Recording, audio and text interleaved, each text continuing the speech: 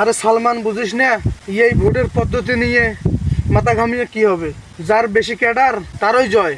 তুই এখনো সেই পুরনো এক ব্যক্তি এক ভোট জয়লাভ, যার বেশি আসন সিস্টেমে আটকে আছিস। বিদেশে কিভাবে হয় জানিস? আরে ভাই বলতো শুনি, তোর বিদেশি অভিজ্ঞতা আজ কাজে লাগা যাক। ওখানে পিআই বলে একটা পদ্ধতি আছে, মানে যত শতাংশ ভোট তত শতাংশ আসন। কোনো দল 30% ভোট পেলে 30% আসন পায়। মানে তখন তো ছোট দলগুলো টেকে যেতে পারে। হ্যাঁ ভাই, তখন এই এক পক্ষ গিয়ে চালায় না, সবাই মিলেমিশে দেশ চালায়। আলোচনায় সিদ্ধান্ত হয়, না যে জিতলে সে সব চালাবে। এইটা হলে তো আর কুকুর বিড়ালের মতো মারামারি থাকতো না। তাই তো বলি ভাই, আমার দেশেও এমন কিছু ভাবা দরকার। এখনকার পদ্ধতিতে ভোট তো দেই, কিন্তু ফলাফলে দাম নেই। ঠিক বলেছিস সালমান, সময় এসেছে নতুন কিছু ভাবার।